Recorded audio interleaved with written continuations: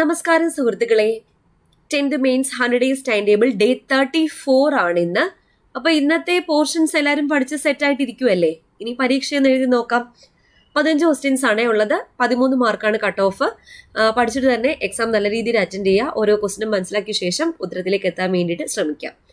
Exam എഴുതിയിട്ട് നിങ്ങളുടെ mark എത്രയായാലും അത് താഴെ ഒന്ന് കമന്റ് ചെയ്യുക. നിങ്ങൾക്ക് കിട്ടിയ മാർക്ക് തന്നെ കമന്റ് ചെയ്യുക. ഓക്കെ, എന്നാലും നമുക്ക് എത്രത്തോളം ഇംപ്രൂവ് ആയി, നിങ്ങൾ മറ്റുള്ളവരെ നോക്കേണ്ട ആവശ്യമില്ല.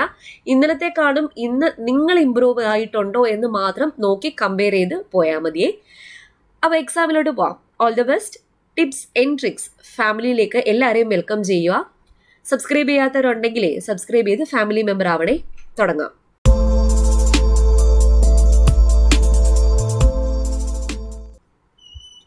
ടെൻത്ത് മെയിൻസ് ഡേ 34 എക്സാം. ആദ്യത്തെ ചോദ്യം, താഴെ പറയുന്ന പ്രസ്താവനകൾ പരിശോധിച്ച് ശരിയായവ കണ്ടെത്തുക. ആദ്യത്തെ പ്രസ്താവന, ജൈവ അവശിഷ്ടങ്ങളെ വിഘടിപ്പിച്ച് മണ്ണിനോട് ചേർക്കുന്നത് വിഘാടകരാണ്. രണ്ടാമത്തേത്, ആഹാരത്തിനായി മറ്റ് ജീവികളെ ആശ്രയിക്കുന്ന ജീവികളെ ഉപഭോക്താക്കൾ എന്ന് വിളിക്കുന്നു. മൂന്നാമത്തെ പ്രസ്താവന, ഭക്ഷ്യശൃംഖലകളിലെ അവസാനത്തെ കണ്ണിയാണ് ഹരിതസസ്യങ്ങൾ. ഓപ്ഷൻ നോക്കിയിട്ട് ശരിയായ പ്രസ്താവന കണ്ടെത്തി എഴുതുക.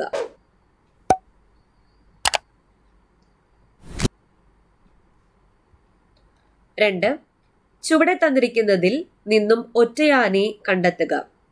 അസി, കരവാളം, കൃപാണം, ചേടി.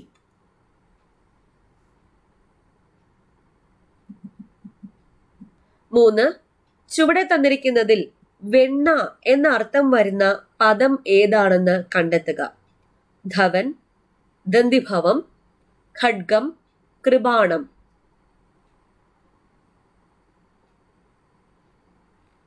നാല്, ഇന്നേ +2 പ്രിലിംസ് 2021 ഒന്നാമത്തെ സ്റ്റേജ് ക്വസ്റ്റ്യൻ പേപ്പർ വർക്കൗട്ട് ചെയ്യാൻ തന്നിട്ടുണ്ടായിരുന്നില്ലേ? അതിനകത്ത് ക്വസ്റ്റ്യൻസും കൂടെ ആഡ് ചെയ്തിട്ടുണ്ട്.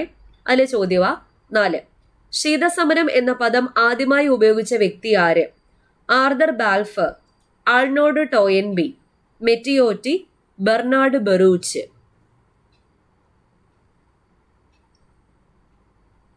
5.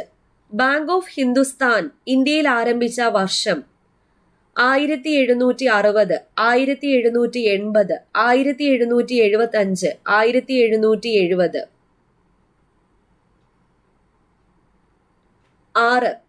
If I were you, I dash jump off the rock. Wouldn't, will, would have, wouldn't have.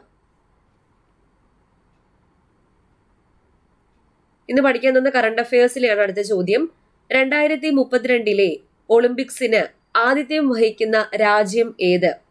France, Australia, Italy, Brazil.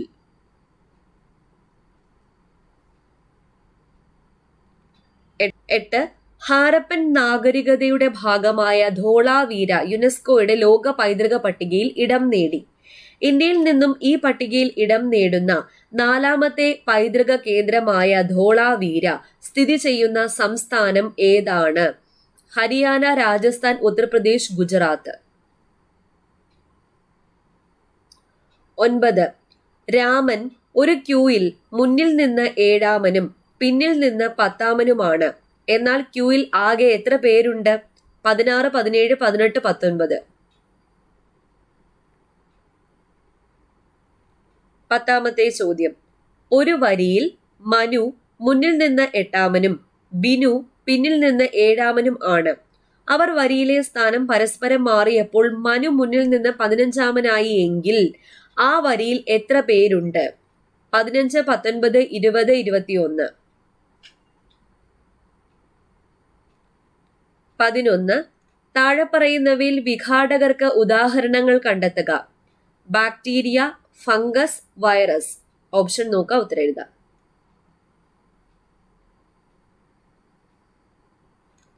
12. ചുവടെ തന്നിരിക്കുന്നതിൽ ഭർത്താവ് എന്നർത്ഥം വരാത്ത പദം ഏത്? വല്ലഭൻ, വരൻ, പതി, ബാഹുകൻ.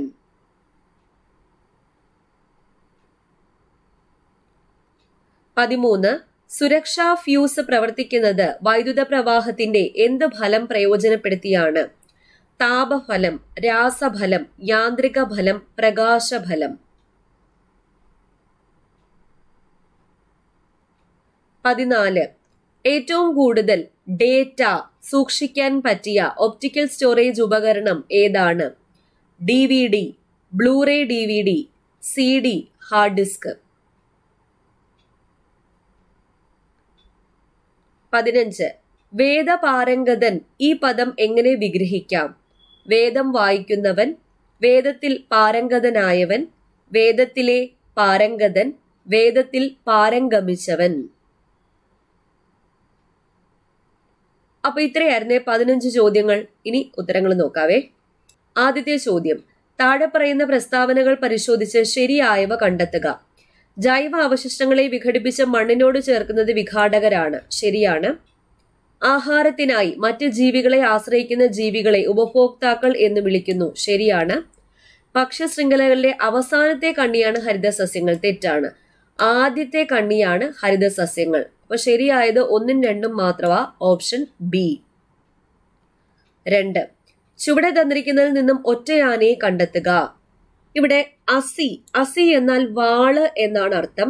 കരവാളം വാള് എന്നാണ് അർത്ഥം. കൃപാണം വാള് എന്നാണ് അർത്ഥം. ചേടി എന്നാൽ തോഴി എന്നാണ് അർത്ഥം. അപ്പൊ ഇതാണ് ഒറ്റയാൻ. ഡി. 3. ചുവടെ തന്നിരിക്കുന്നതിൽ വെണ്ണ എന്ന അർത്ഥം വരുന്ന പദം ഏതാണെന്ന് കണ്ടെത്തുക. വെണ്ണ ദധീഭവമാണ്. ദധീഭവം. ധവൻ എന്നാൽ ഭർത്താവ്. ഖഡ്ഗം എന്നാൽ വാൾ. കൃപാണം എന്നാൽ വാൾ. 4. ശീതസമരം എന്ന പദം ആദ്യമായി ഉപയോഗിച്ച വ്യക്തി ആര്?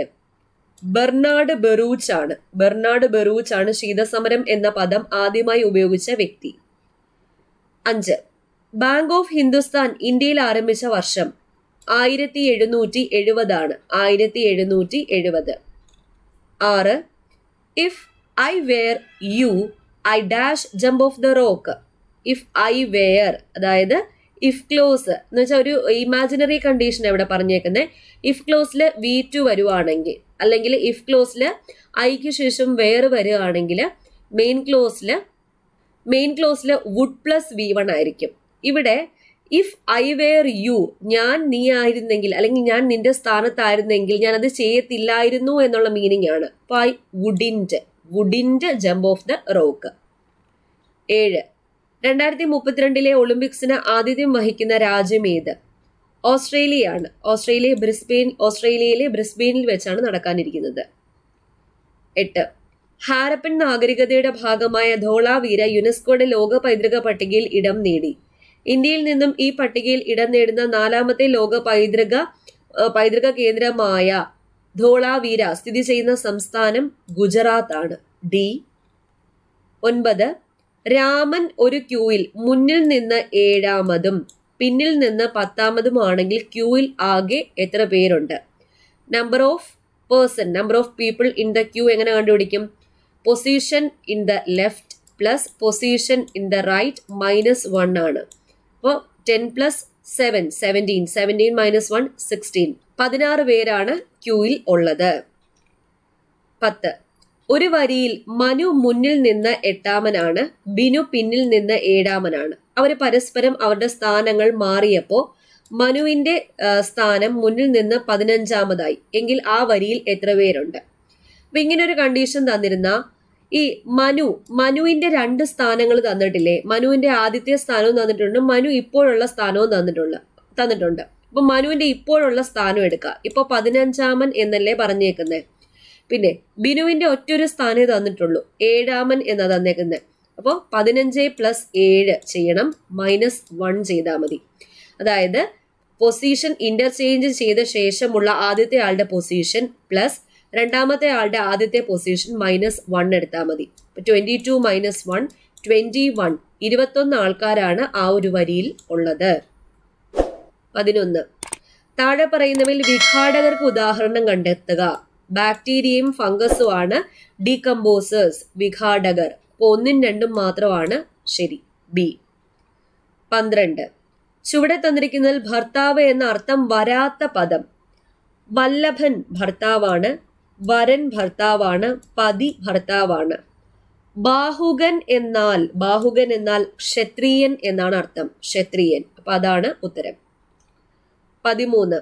സുരക്ഷാ ഫ്യൂസ് പ്രവർത്തിക്കുന്നത് വൈദ്യുത പ്രവാഹത്തിന്റെ എന്ത് ഫലം പ്രയോജനപ്പെടുത്തിയാണ്? ഇന്ന് ചെയ്യാൻ തന്ന ക്വസ്റ്റ്യൻ പേപ്പറിൽ നിന്നുള്ളതാണ്. താപഫലമാണ്. 14. ഏറ്റവും കൂടുതൽ ഡേറ്റ സൂക്ഷിക്കാൻ പറ്റിയ ഒപ്റ്റിക്കൽ സ്റ്റോറേജ് ഉപകരണം ഏതാ? Blue ray DVD. 15. വേദപാരംഗതൻ ഈ പദം എങ്ങനെ വിഗ്രഹിക്കാം?